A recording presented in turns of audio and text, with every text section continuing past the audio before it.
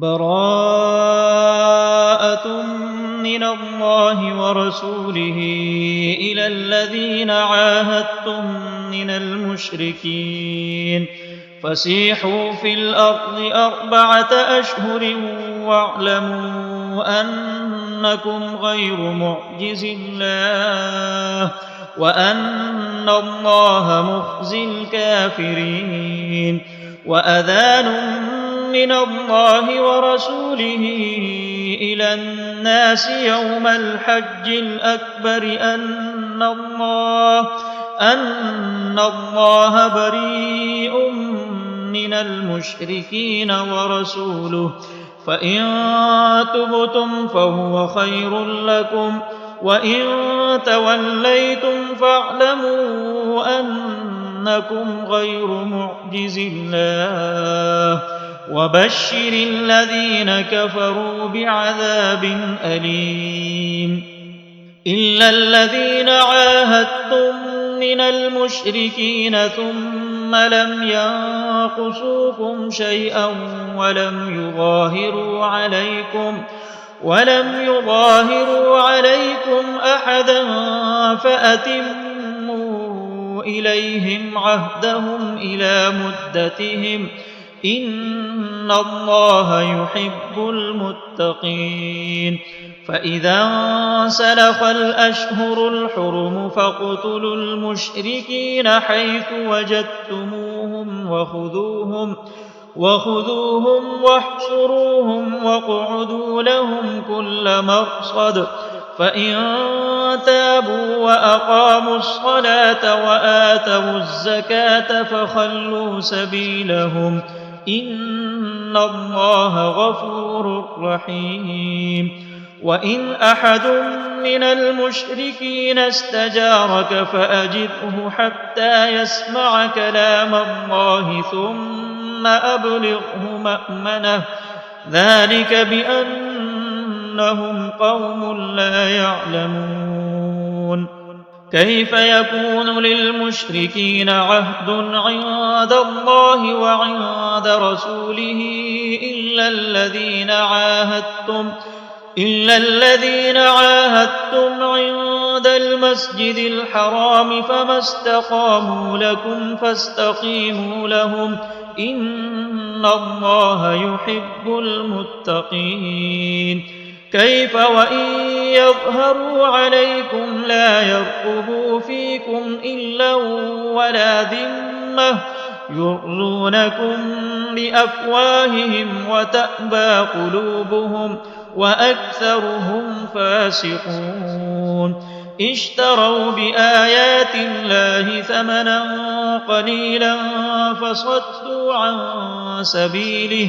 إنهم ساء ما كانوا يعملون. لا يرقبون في مؤمن إلا ولا ذمة وأولئك هم المعتدون. فإن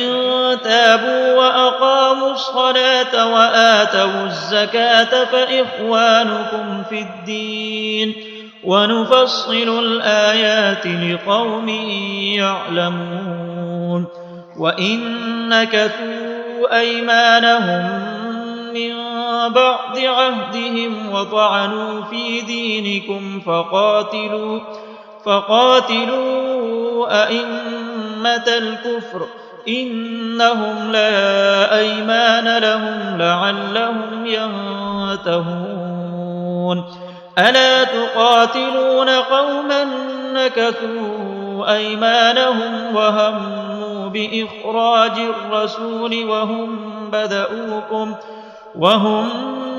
بدؤوكم أول مرة أتخشونهم فالله أحق أن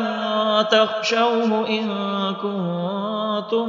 مؤمنين.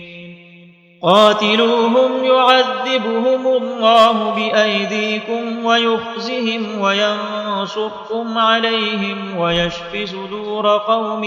مؤمنين ويذهب غيظ قلوبهم ويتوب الله على من يشاء والله عليم حكيم. أم حسبتم أن تتركوا ولما يعلم الله الذين جاهدوا منكم ولم يتخذوا من دون الله ولا رسوله ولا المؤمنين وليجة والله خبير بما تعملون. ما كان للمشركين أن يعمروا مساجد الله شاهدين على أنفسهم بالكفر أولئك حبطت أعمالهم وفي النار هم خالدون. إنما يعمر مساجد الله من آمن بالله واليوم الآخر وأقام الصلاة وآتى الزكاة ولم يخش إلا الله فعسى أولئك أن يكونوا من المهتدين. أجعلتم سقاية الحاج وعمارة المسجد الحرام كمن آمن بالله واليوم الآخر وجاهد في سبيل الله لا يستوون عند الله والله لا يهدي القوم الظالمين.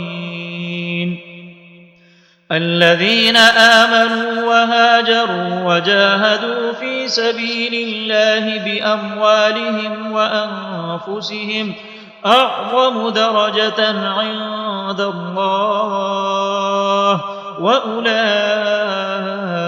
هم الفائزون. يبشرهم ربهم برحمة منه ورضوان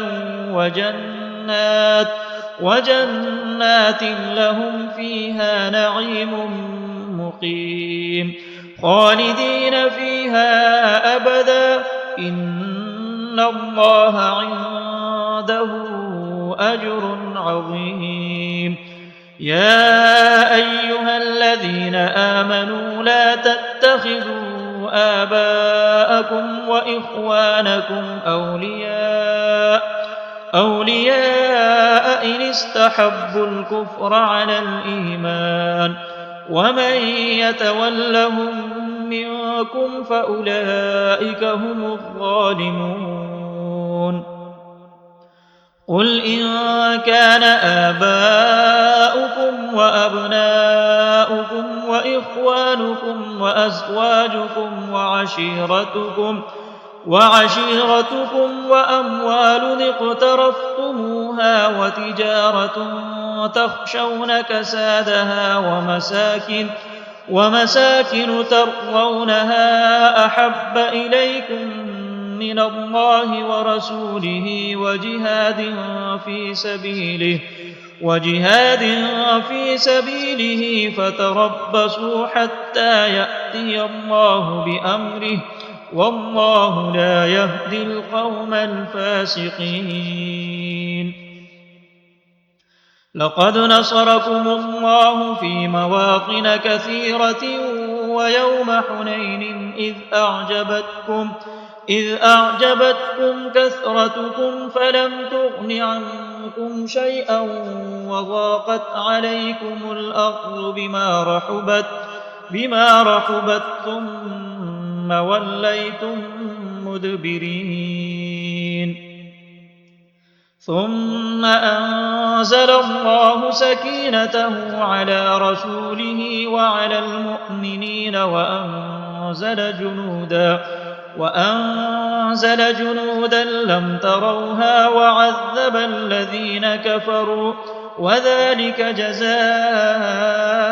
الكافرين. ثم يتوب الله من بعد ذلك على من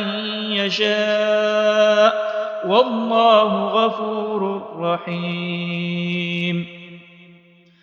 يا أيها الذين آمنوا إنما المشركون نجس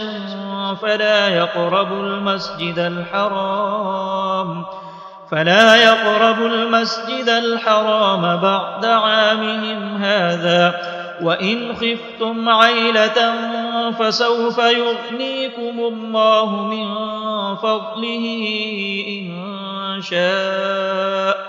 إن الله عليم حكيم قاتلوا الذين لا يؤمنون بالله ولا باليوم الآخر ولا يحرمون ما حرم الله ورسوله ولا يدينون دين الحق من الذين أوتوا الكتاب حتى يعطوا الجزية عن يد وهم صاغرون وقالت اليهود عزير ابن الله وقالت النصارى المسيح ابن الله ذلك قولهم بأفواههم يضاهئون قول الذين كفروا من قبل قاتلهم الله أنى يؤفكون اتخذوا أحبارهم ورهبانهم أربابا من دون الله والمسيح ابن مريم وما أمروا إلا ليعبدوا إلها واحدا لا إله إلا هو سبحانه عما يشركون يريدون أن يطفئوا نور الله بأفواههم ويأبى الله إلا أن يتم نوره ولو كره الكافرون هو الذي أرسل رسوله بالهدى ودين الحق ليظهره على الدين كله ولو كره المشركون يا أيها الذين آمنوا إن كثيرا من الأحبار والرهبان ليأكلون أموال الناس بالباطل ويصدون عن سبيل الله والذين يكنزون الذهب والفضة ولا ينفقونها في سبيل الله فبشرهم بعذاب أليم يوم يحمى عليها في نار جهنم فتكوى بها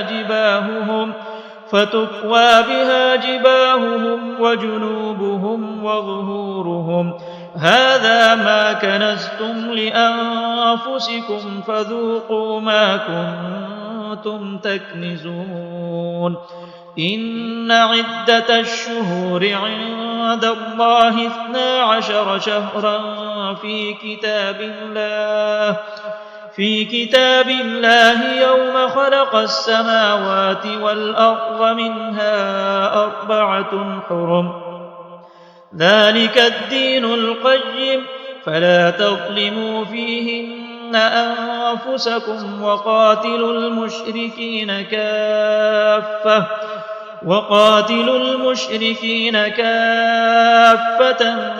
كما يقاتلونكم كافة واعلموا أن الله مع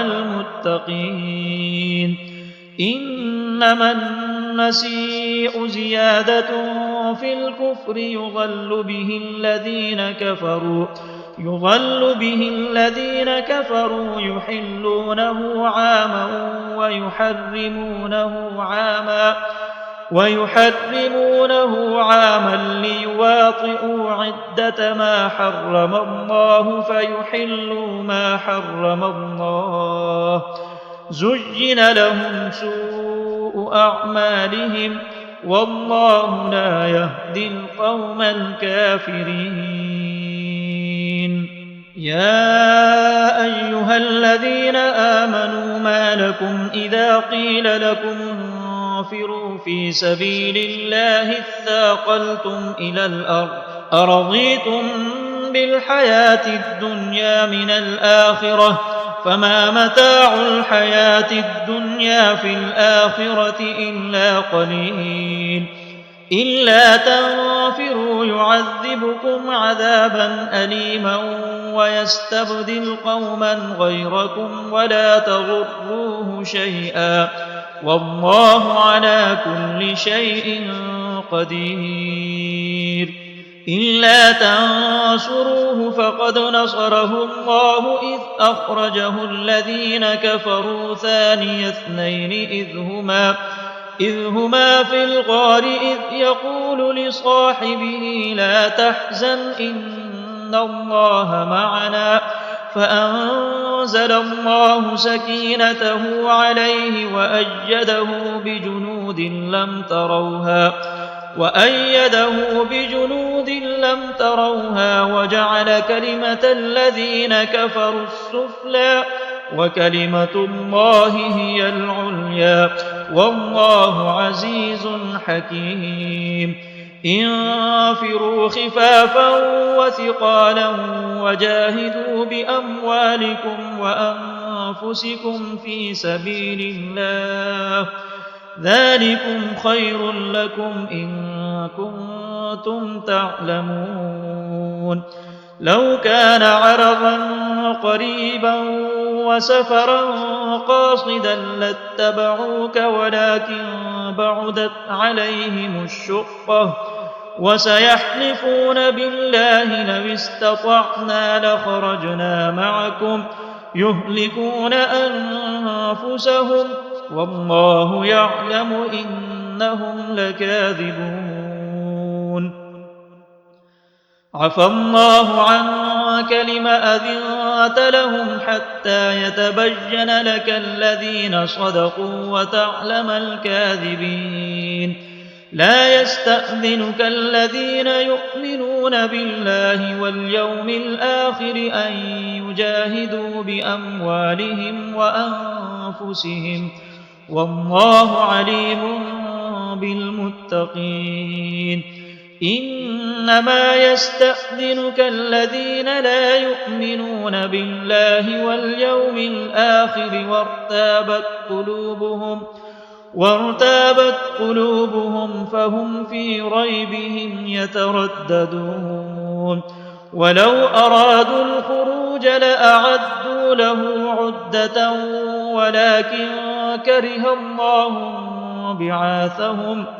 ولكن كره الله بعاثهم فثبطهم وقيل اقعدوا مع القاعدين لو خرجوا فيكم ما زادوكم إلا خبالا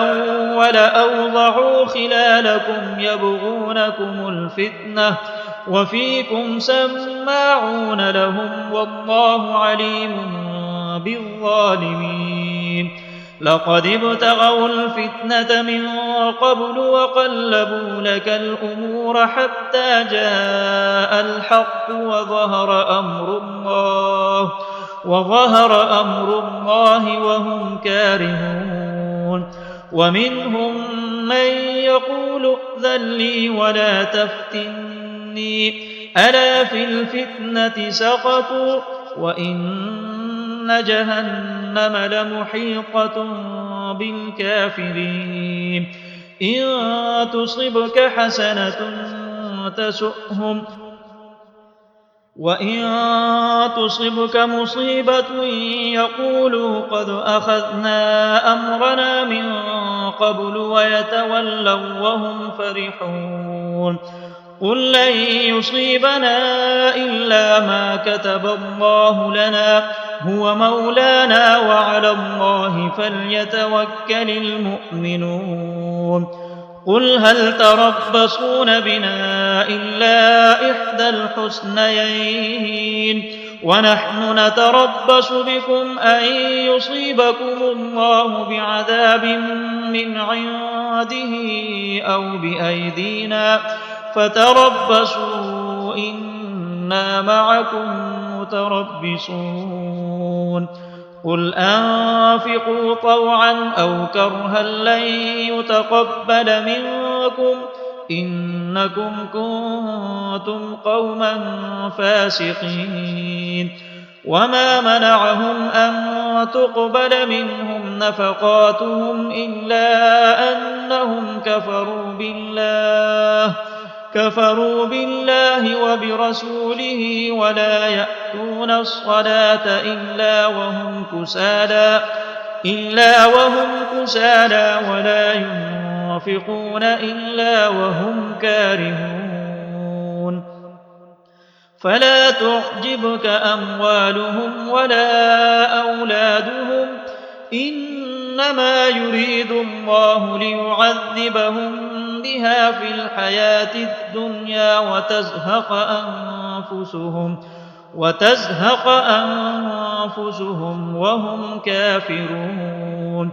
ويحلفون بالله إنهم لمنكم وما هم منكم ولكنهم قوم يفرقون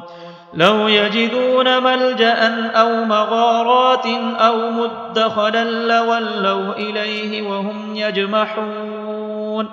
ومنهم من يلمزك في الصدقات فإن أعطوا منها رضوا وإن لم يعطوا منها إذا هم يسخطون ولو أنهم رضوا ما آتاهم الله ورسوله وقالوا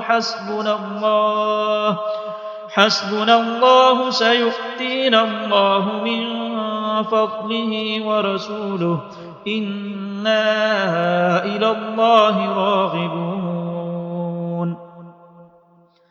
إنما الصدقات للفقراء والمساكين والعاملين عليها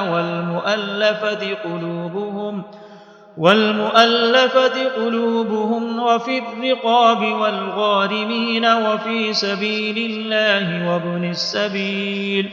فريضة من الله والله عليم حكيم ومنهم الذين يؤذون النبي ويقولون هو أذن قل أذن خير لكم يؤمن بالله ويؤمن للمؤمنين ورحمة للذين آمنوا منكم والذين يؤذون رسول الله لهم عذاب أليم يحلفون بالله لكم ليرضوكم والله ورسوله أحق أن يرضوه إن كانوا مؤمنين ألم يعلموا أنه من يحادد الله ورسوله فأن له نار جهنم خالدا فيها ذلك الخزي العظيم يحذر المنافقون أن تنزل عليهم سورة تنبئهم بما في قلوبهم قل استهزئوا إن الله مخرج ما تحذرون ولئن سألتهم ليقولن إنما كنا نخوض ونلعب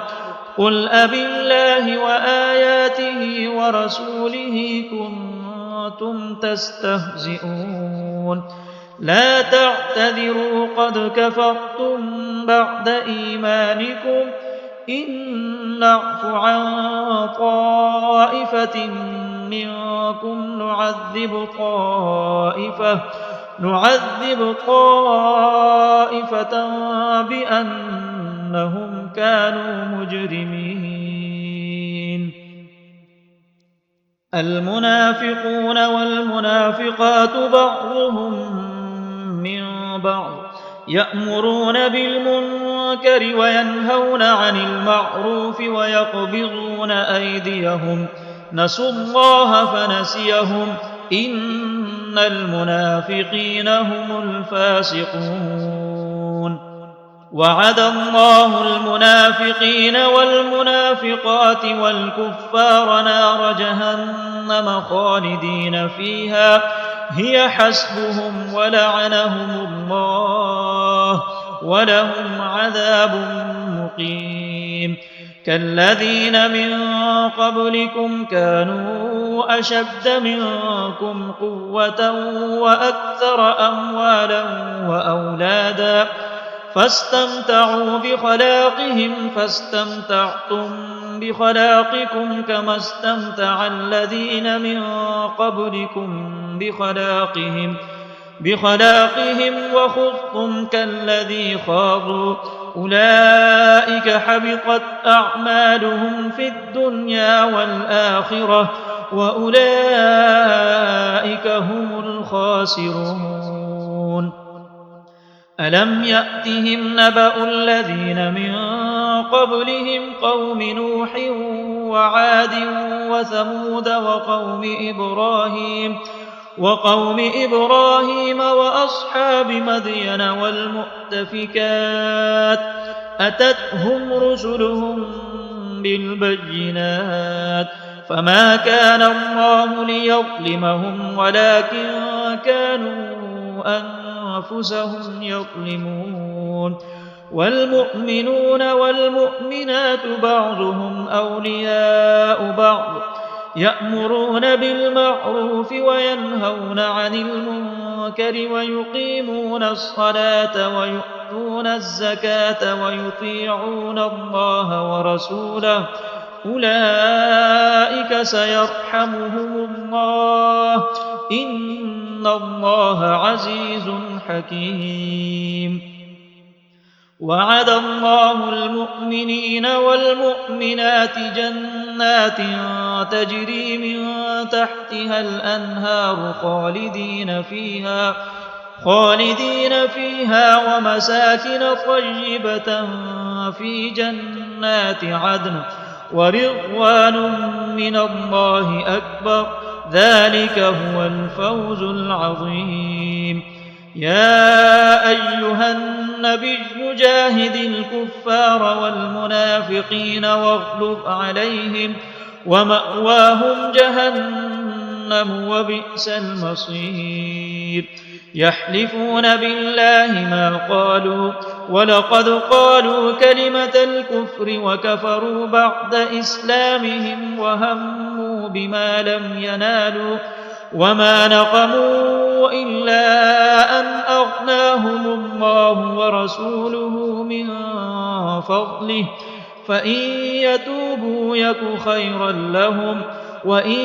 يتولوا يعذبهم الله عذابا أليما في الدنيا والآخرة وما لهم في الأرض من ولي ولا نصير ومنهم من عاهد الله لئن آتانا من فضله لنصدقن ولنكونن من الصالحين فلما آتاهم من فضله بخلوا به وتولوا وهم معرضون فأعقبهم نفاقا في قلوبهم إلى يوم يلقونه بما أخلفوا الله ما وعدوه وبما كانوا يكذبون ألم يعلموا أن الله يعلم سرهم ونجواهم وأن الله علام الغيوب الذين يلمزون المطوعين من المؤمنين في الصدقات والذين لا يجدون إلا جهدهم فيسخرون منهم سخر الله منهم ولهم عذاب أليم استغفر لهم أو لا تستغفر لهم إن تستغفر لهم 70 مرة فلن يغفر الله لهم ذلك بأنهم كفروا بالله ورسوله والله لا يهدي القوم الفاسقين فرح المخلفون بمقعدهم خلاف رسول الله وكرهوا أن يجاهدوا بأموالهم وأنفسهم في سبيل الله وقالوا لا تنفروا في الحر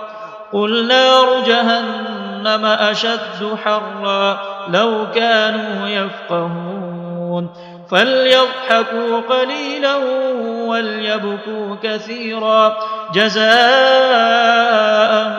بما كانوا يكسبون فإن رجعك الله إلى طائفة منهم فاستأذنوك للخروج فقل لن تخرجوا معي أبدا ولن تقاتلوا معي عدوا إنكم رضيتم بالقعود أول مرة فاقعدوا مع الخالفين ولا تصل على أحد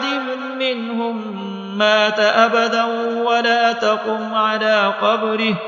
إنهم كفروا بالله ورسوله وماتوا وهم فاسقون ولا تعجبك أموالهم وأولادهم إنما يريد الله أن يعذبهم بها في الدنيا وتزهق أنفسهم وهم كافرون وإذا أنزلت سورة أن آمنوا بالله وجاهدوا مع رسوله استأذنك أولو الطول منهم وقالوا ذرنا نكن مع القاعدين رضوا بأن يكونوا مع الخوالف وطبع على قلوبهم فهم لا يفقهون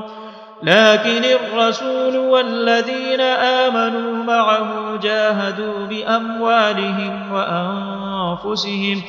وأولئك لهم الخيرات وأولئك هم المفلحون أعد الله لهم جنات تجري من تحتها الأنهار خالدين فيها ذلك الفوز العظيم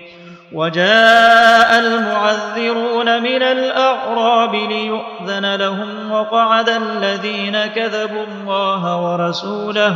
سيصيب الذين كفروا منهم عذاب أليم ليس على الضعفاء ولا على المرضى ولا على الذين لا يجدون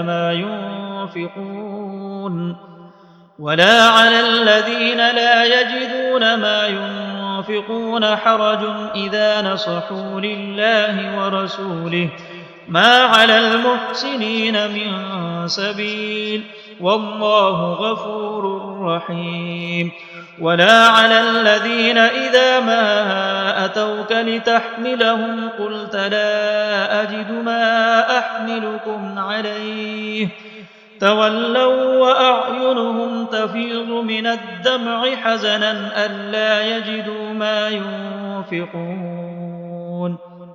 إنما السبيل على الذين يستأذنونك وهم أغنياء رضوا بأن يكونوا مع الخوالف وطبع الله على قلوبهم فهم لا يعلمون يعتذرون إليكم إذا رجعتم إليهم قل لا تعتذروا لن نؤمن لكم قد نبأنا الله من أخباركم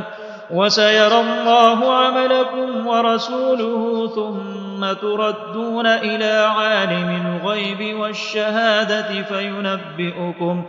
فينبئكم بما كنتم تعملون سيحلفون بالله لكم إذا انقلبتم إليهم لتعرضوا عنهم فأعرضوا عنهم إنهم رجس ومأواهم جهنم جزاء كانوا يكسبون يحلفون لكم لترضوا عنهم فإن ترضوا عنهم فإن الله لا يرضى عن القوم الفاسقين الأعراب أشد كفرا ونفاقا وأجدر ألا يعلموا حدود ما أنزل الله على رسوله والله عليم حكيم ومن الأعراب من يتخذ ما ينفق مغرما ويتربص بكم الدوائر عليهم دائرة السوء والله سميع عليم ومن الأعراب من يؤمن بالله واليوم الآخر ويتخذ ما ينفق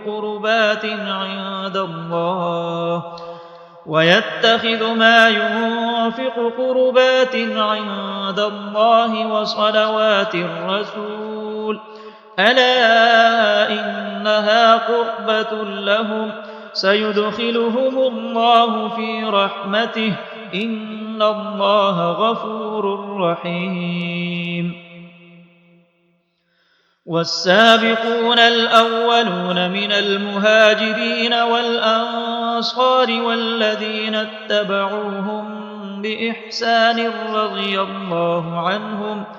رضي الله عنهم ورضوا عنه وأعد لهم جنات تجري تحتها الأنهار خالدين فيها أبدا ذلك الفوز العظيم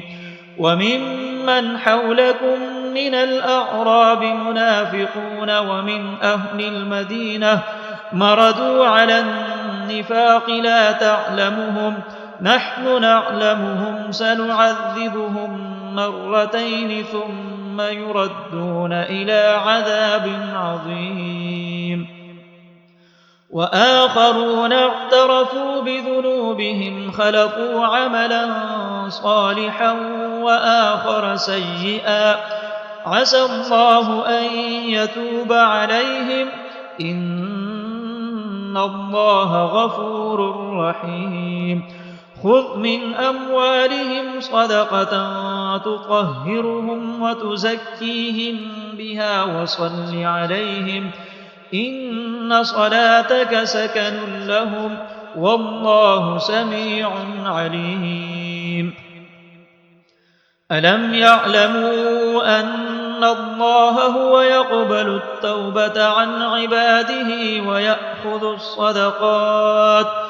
ويأخذ الصدقات وأن الله هو التواب الرحيم وقل اعملوا فسيرى الله عملكم ورسوله والمؤمنون وستردون إلى عالم الغيب والشهادة فينبئكم بما كنتم تعملون وآخرون مرجون لأمر الله إما يعذبهم وإما يتوب عليهم والله عليم حكيم والذين اتخذوا مسجدا ضرارا وكفرا وتفريقا بين المؤمنين وإرصادا لمن حارب الله ورسوله من قبل وليحلفن إن أردنا إلا الحسنى والله يشهد إنهم لكاذبون لا تقم فيه أبدا لمسجد أسس على التقوى من أول يوم أحق أن تقوم فيه رجال يحبون أن يتطهروا والله يحب المطهرين أفمن أسس بنيانه على تقوى من الله ورضوان خير أم أَمَّنْ أَسَّسَ بُنْيَانَهُ عَلَىٰ شَفَا جُرُفٍ هَارٍ فَانْهَارَ بِهِ فِي نَارِ جَهَنَّمَ ۗ وَاللَّهُ لَا يَهْدِي الْقَوْمَ الظَّالِمِينَ لَا يَزَالُ بُنْيَانُهُمُ الَّذِي بَنَوْا رِيبَةً فِي قُلُوبِهِمْ إِلَّا أَن تَقَطَّعَ قُلُوبُهُمْ ۗ وَاللَّهُ عَلِيمٌ حَكِيمٌ إِنَّ اللَّهَ اشْتَرَىٰ مِنَ الْمُؤْمِنِينَ أَنفُسَهُمْ وَأَمْوَالَهُم بِأَنَّ لَهُمُ الْجَنَّةَ يُقَاتِلُونَ فِي سَبِيلِ اللَّهِ فَيَقْتُلُونَ وَيُقْتَلُونَ وَعْدًا عَلَيْهِ حَقًّا فِي التَّوْرَاةِ وَالْإِنجِيلِ وَالْقُرْآنِ ۚ وَمَنْ أَوْفَىٰ بِعَهْدِهِ مِنَ اللَّهِ فَاسْتَبْشِرُوا بِبَيْعِكُمُ الَّذِي بَايَعْتُم بِهِ ۚ وَذَٰلِكَ هُوَ الْفَوْزُ الْعَظِيمُ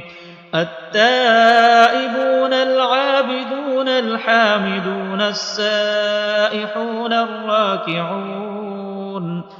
الراكعون الساجدون الآمرون بالمعروف والناهون عن المنكر والحافظون لحدود الله وبشر المؤمنين ما كان للنبي والذين آمنوا أن يستغفروا للمشركين ولو كانوا أولي قربى من بعد ما تبين لهم أنهم أصحاب الجحيم وما كان استغفار إبراهيم لأبيه إلا عن موعدة وعدها إياه فلما تبين له أنه عدو لله تبرأ منه إن إبراهيم لأواه حليم وما كان الله ليضل قوما بعد إذ هداهم حتى يبين لهم ما يتقون إن الله بكل شيء عليم إن الله له ملك السماوات والأرض يحيي ويميت وما لكم من دون الله من ولي ولا نصير لقد تاب الله على النبي والمهاجرين والأنصار الذين اتبعوه في ساعة العسرة من بعد ما كاد يزيغ قلوب فريق منهم ثم تاب عليهم إنه بهم رءوف رحيم وعلى الثلاثة الذين خلفوا حتى إذا ضاقت عليهم الأرض بما رحبت وضاقت عليهم أنفسهم وظنوا أن لا ملجأ من الله إلا إليه ثم تاب عليهم ليتوبوا إن الله هو التواب الرحيم يا أيها الذين آمنوا اتقوا الله وكونوا مع الصادقين ما كان لأهل المدينة ومن حولهم من الأعراب أن يتخلفوا عن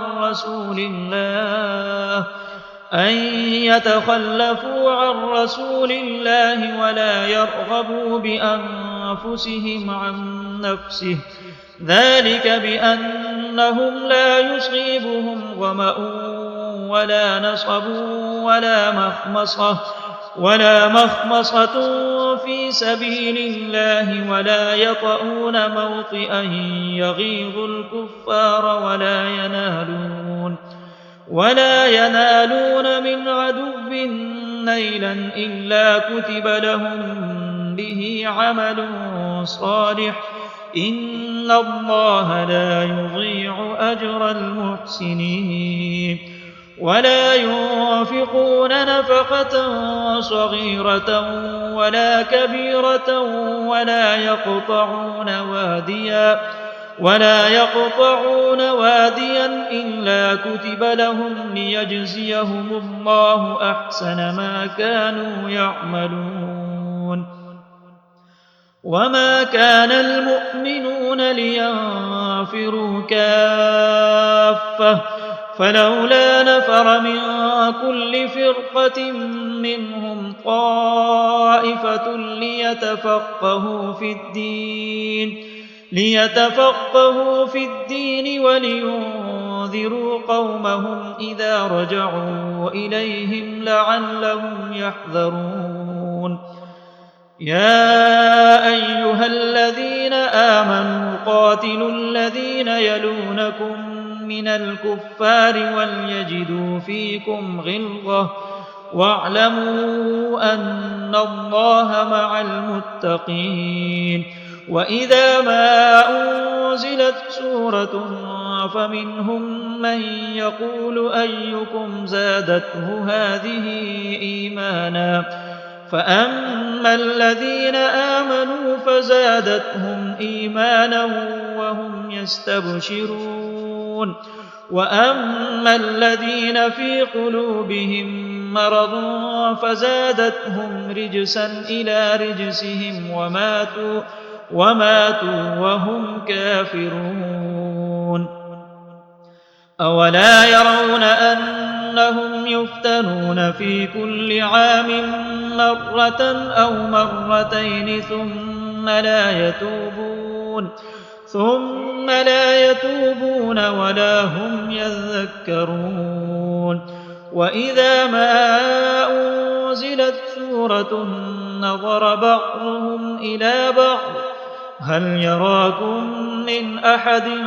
ثم انصرفوا صرف الله قلوبهم بأنهم قوم لا يفقهون. لقد جاءكم رسول من أنفسكم عزيز عليه ما عنتم حريص عليكم بالمؤمنين رءوف رحيم. فإن تولوا فقل حسبي الله لا إله إلا هو عليه توكلت وهو رب العرش العظيم.